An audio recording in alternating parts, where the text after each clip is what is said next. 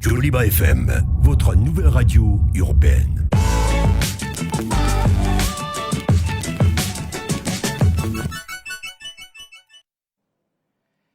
Mesdames, Messieurs, bonsoir. Merci de votre fidélité toujours renouvelée au programme de Joliba FM et de Joliba TV. Bienvenue dans cette émission spéciale consacrée à l'actualité de la transition malienne. Oui, le colonel Assimi Goïta a prêté serment, c'était le lundi, et il a prêté serment comme président de la transition, chef de l'État. Aussitôt installé dans ses fonctions de chef de l'État, il nomme Choguel Maïga comme premier ministre de la transition. Quel avenir pour cette nouvelle transition?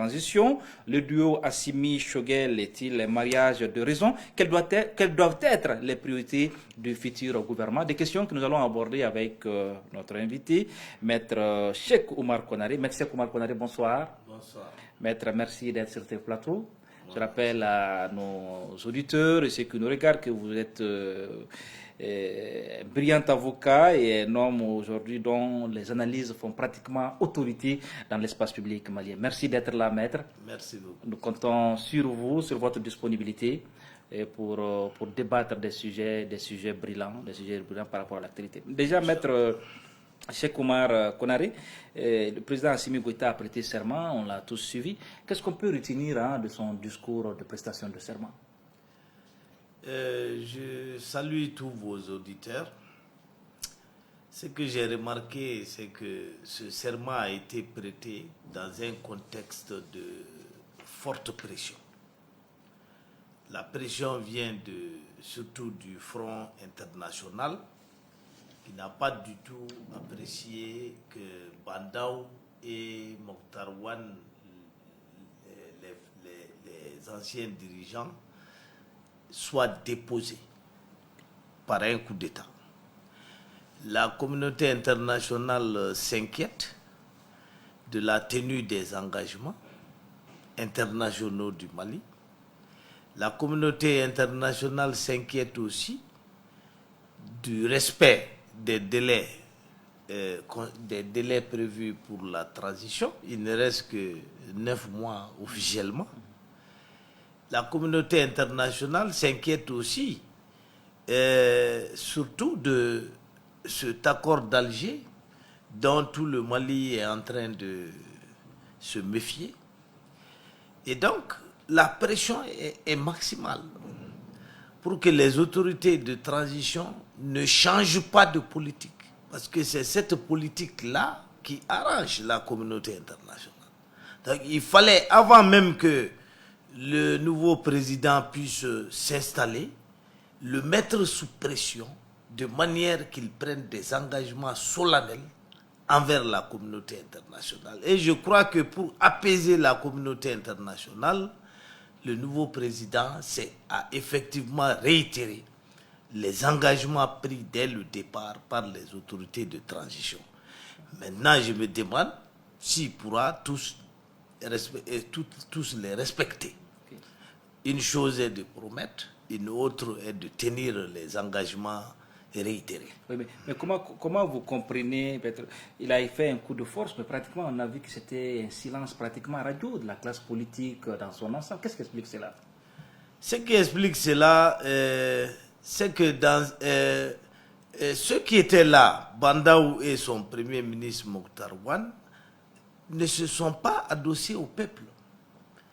Pendant 9 mois, ils ont été là en train de contempler le décor sans réaliser le moindre des changements attendus par le peuple.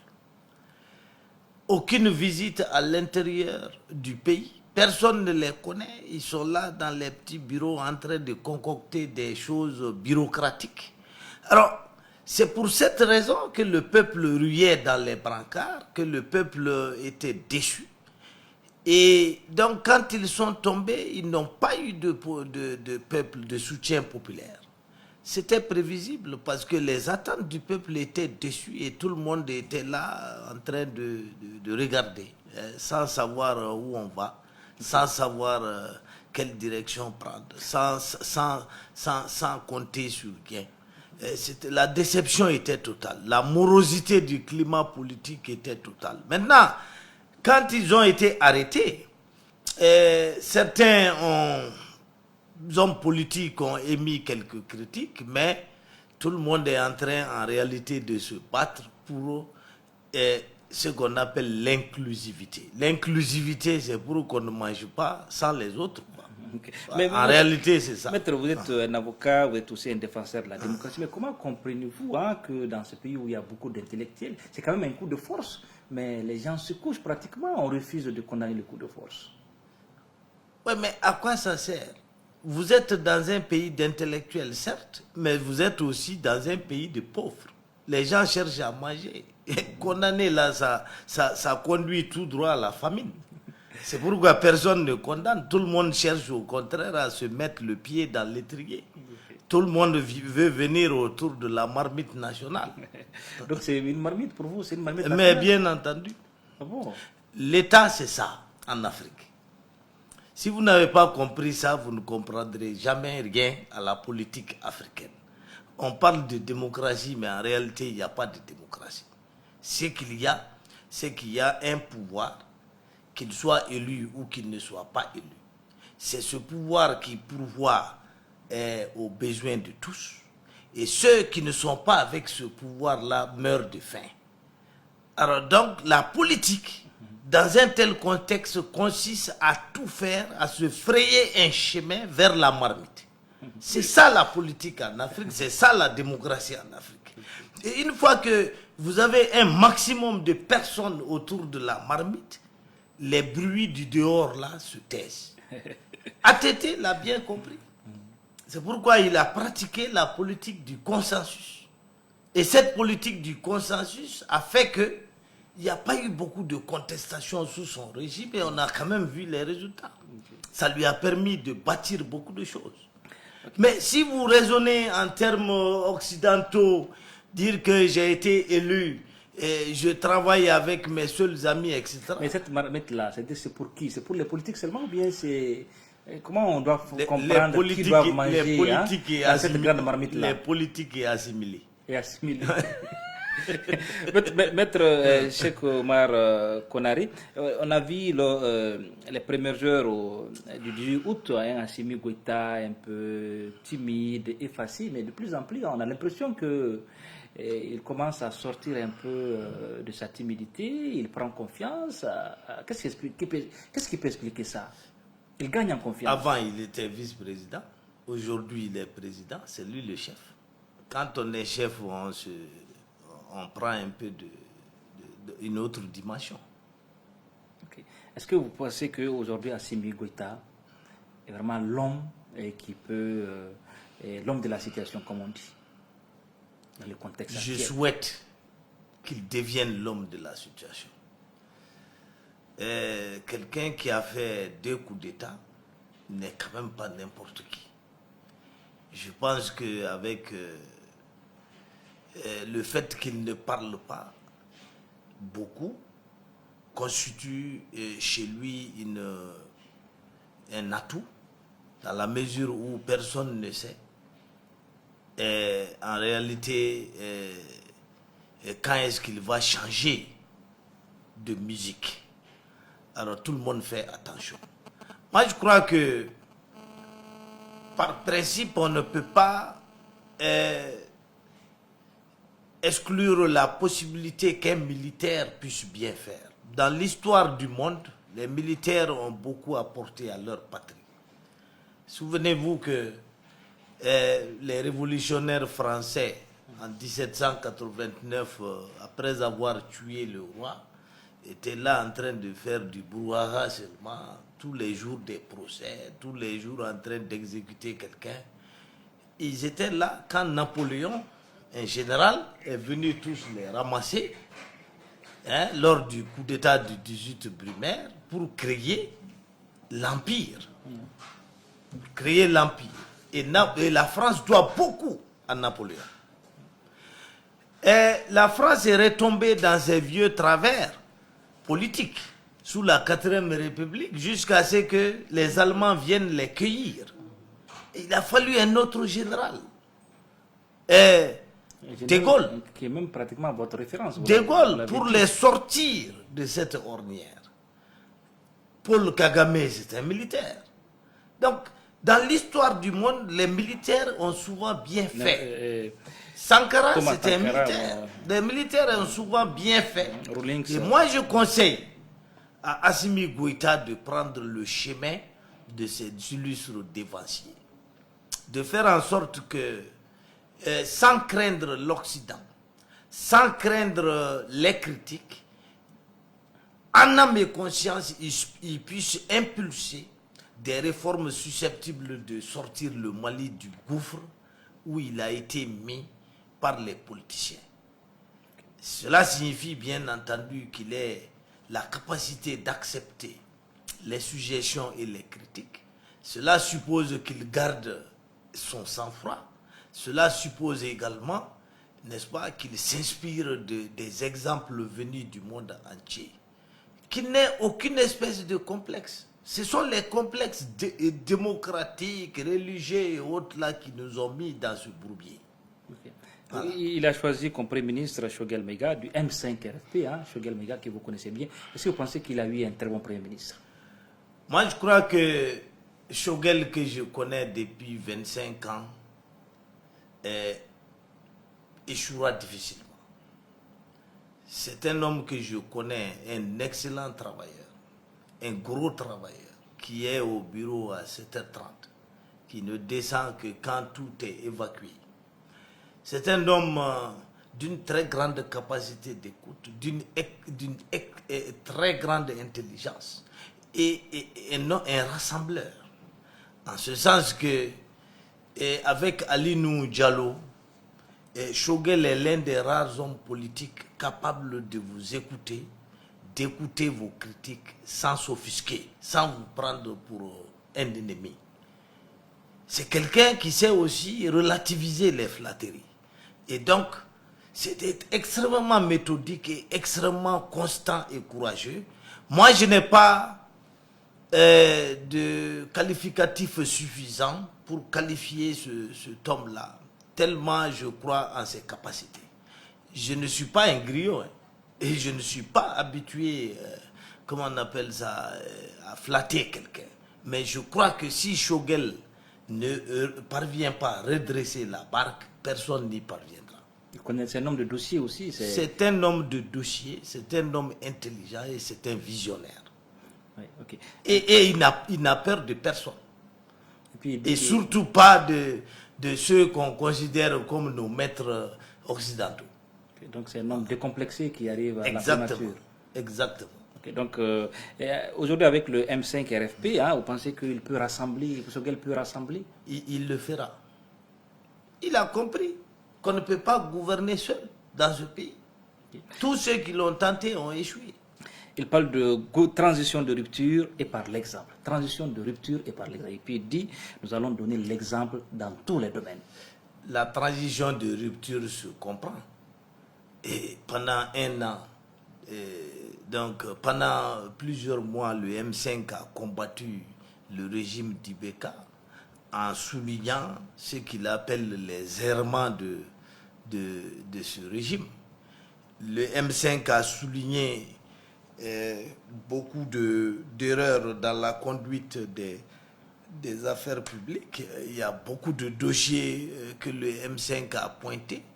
Aujourd'hui, Choguel au pouvoir, il travaille non seulement sous le contrôle actif du président de la transition, du peuple, mais également de ses amis du M5, qui n'ont pas intérêt à ce que le M5 échoue, qui ne vont pas laisser Choguel échouer, qui ne vont pas le laisser travailler à sa guise et qui vont le recadrer aux besoins. Donc vous n'avez pas seulement Choguel au pouvoir, vous avez l'équipe du M5 qui est à la primature. Mais est-ce que l'équipe est assez représentative, l'équipe M5? Il appartient au M5 de s'élargir, de s'ouvrir aux autres courants politiques pour ne pas créer des blocages. Vous savez, aujourd'hui, il faut, comme hier, une union sacrée des Maliens. Sans cette union sacrée, nous ne pouvons pas faire face aux périls qui nous assaillent.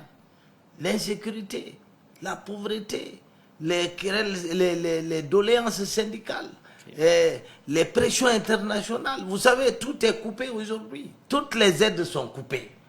Alors, donc, si nous-mêmes, nous continuons à nous entretuer, je ne vois pas comment on peut s'en sortir. Donc, Choguel a l'obligation de créer ou de recréer le consensus. Okay. Voilà. Est-ce que ce n'est pas Choguel qui va porter peut-être un peu la voix, puisque Assimi ne parle pas beaucoup, il ne connaît pas l'État? Est-ce que ce n'est pas Choguel qui va vraiment porter le pouvoir? Ou c'est une erreur? Je crois que Choguel aura beaucoup de pouvoir parce que Assimi Goïta, en tant que militaire, n'est pas très bien vu dans beaucoup de milieux, surtout dans les milieux diplomatiques. Alors, donc, c'est le premier ministre civil exigé par la CEDEAO qui, sans avoir les pleins pouvoirs, va en réalité négocier le sort du Mali, un peu partout. Ce qui ne signifie pas qu'il puisse faire ce qu'il veut. En réalité, le pouvoir réside entre les mains de la junte, n'est-ce pas? Et le Premier ministre travaillera excellemment dans les domaines où on le laissera libre.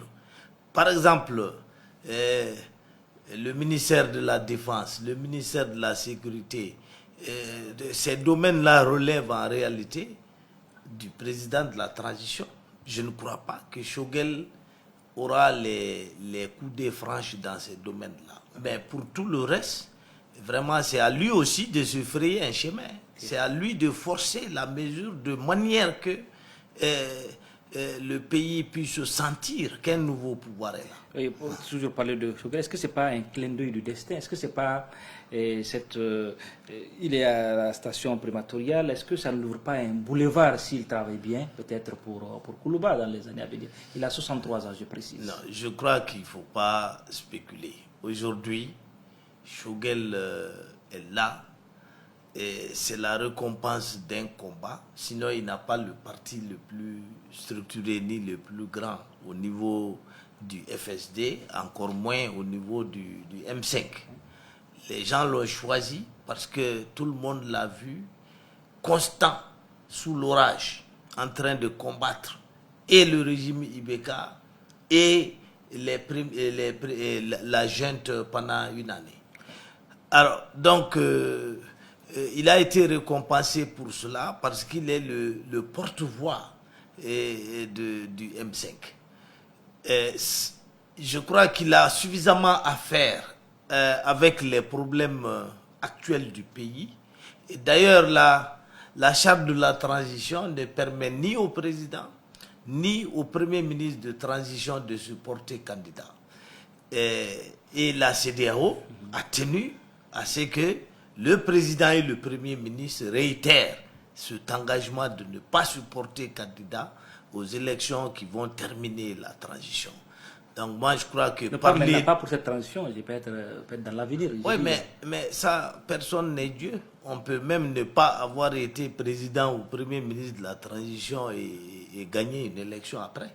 Ok. Mais quelles doivent être aujourd'hui les priorités du Premier ministre ou du duo Assimi Goïta et Choguel Maiga, selon vous? La première chose, c'est le retour de la sécurité. Sans sécurité, la sécurité, c'est le premier droit de l'homme. Sans sécurité, vous ne pouvez pas parler de développement. Alors, nous vivons dans un contexte extrêmement délétère du point de vue sécuritaire. Alors, par quels moyens vont-ils pouvoir ramener la sécurité? Comment le feront-ils au moment où la France a suspendu sa coopération militaire avec l'armée, avec le Mali? Comment ramèneront-ils la sécurité au moment où les aides internationales sont suspendues? C'est vraiment une gageure. Ce n'est pas du tout facile. Mais il va falloir qu'ils réussissent ce challenge-là, qu'ils relèvent ce challenge, ce défi. Il a dit, allez-y, vous n'avez pas fini. Ensuite, les élections. Tous les maux de notre pays sont venus souvent d'élections bidons qu'on a organisées juste pour perpétuer un régime ou pour propulser le candidat du pouvoir. Si on répète cette erreur-là, le futur président sera lui aussi balayé parce que nous avons besoin d'un président réellement légitime, capable de dire aux Maliens et de parler aux Maliens et que les Maliens l'écoutent. Si vous n'avez pas de légitimité, tout le reste va tomber parce qu'on ne vous laissera même pas parler, à plus forte raison gouverner. Alors, ce président doit être patriote. Et un patriote ne vient pas forcément au pouvoir lorsqu'il y a des élections truquées. Alors donc moi je rêve d'un président légitime et patriote. Et cela n'est pas possible. Un tel président ne peut pas venir au pouvoir si les élections sont truquées. Parce qu'on truque des élections pour donner le pouvoir à un homme lige. Cet homme lige ne peut pas avoir le patriotisme nécessaire pour redresser la barre. Alors donc moi je crois que nous devons nous battre pour encourager le nouveau pouvoir à aller réellement dans le sens du peuple, dans le sens de la démocratie et de faire en sorte qu'il y ait des élections transparentes et qu'un président légitime sorte des urnes. Est-ce que pour vous, le délai de 9 mois est parti? Est-ce qu'on peut raisonnablement respecter ce délai-là? Vous savez, la communauté internationale tient beaucoup au délai. L'objectif, c'est d'empêcher la junte, c'est-à-dire le colonel Goïta et ses compagnons, de pousser des racines. Parce que ce que la communauté internationale craint, c'est que les militaires ne s'habituent pas trop au pouvoir. Parce que s'ils s'y habituent, ils ne vont plus le quitter. Pourquoi? Ils ne vont plus le quitter parce que le pouvoir est très doux. Ne l'oubliez pas. La marmite, hein? Alors donc, je vous dis, les délais sont restreints de manière que le plus tôt possible, il y ait des élections et que les militaires quittent parce que la communauté internationale ne veut pas de militaires au pouvoir.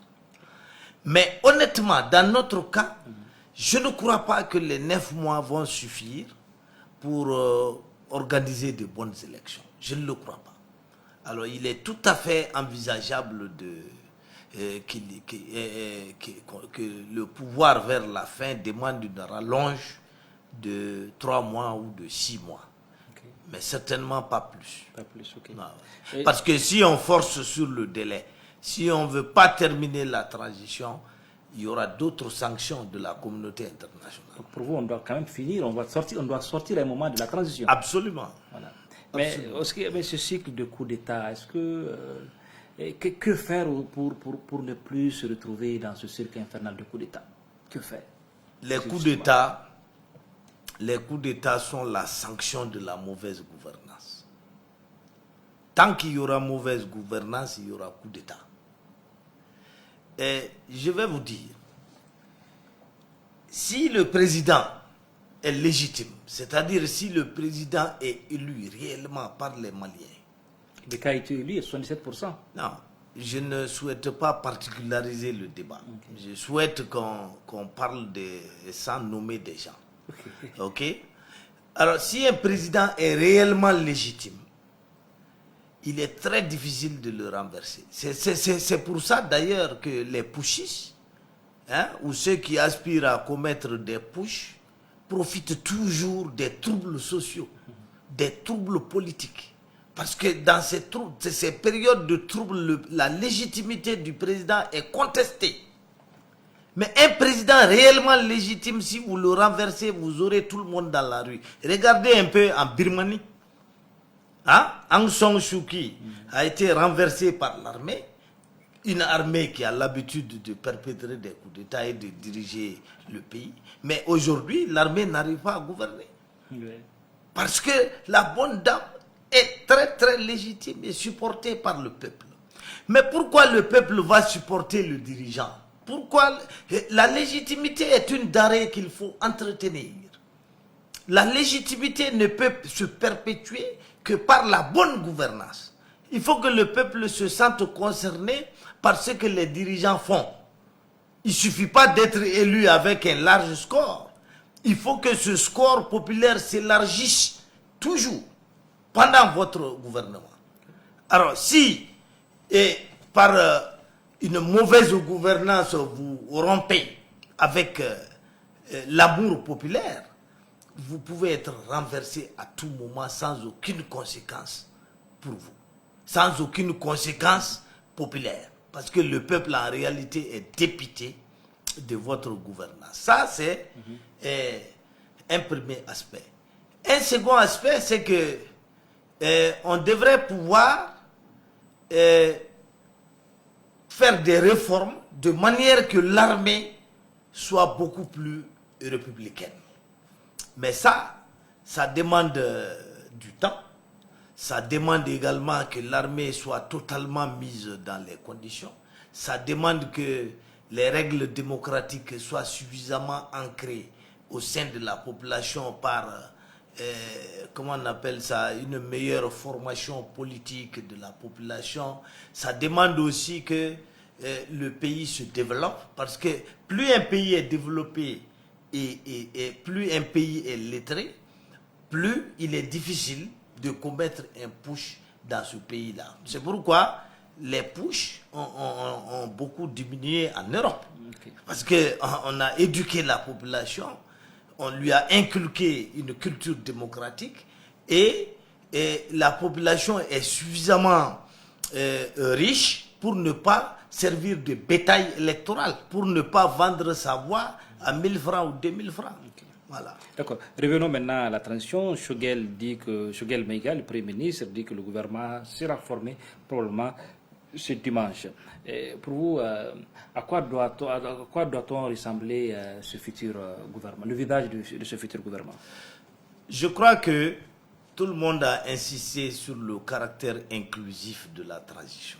Donc, en tenant compte de ce repère, ce sera un gouvernement ouvert à tous les grands regroupements politiques, y compris les groupes politiques issus de l'ancien régime.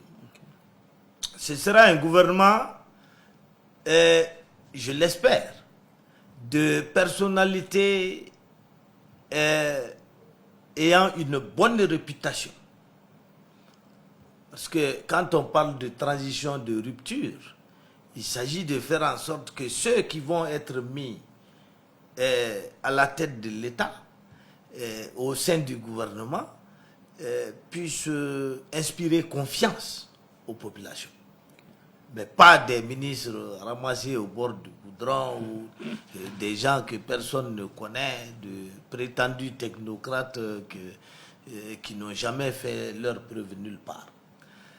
Alors, il faudrait aussi que ce soit un gouvernement qui inspire confiance de par l'engagement patriotique de ceux qui vont l'animer. Okay.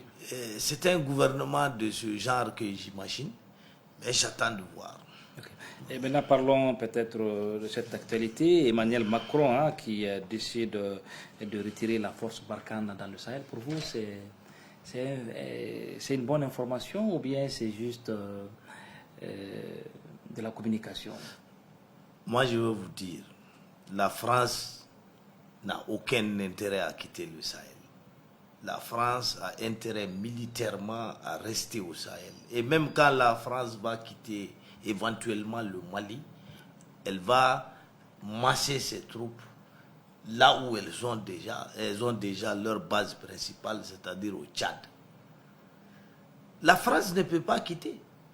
Vous avez l'uranium du Niger, dont la France a besoin pour alimenter son industrie, qui fonctionne à 80% à partir de l'énergie nucléaire.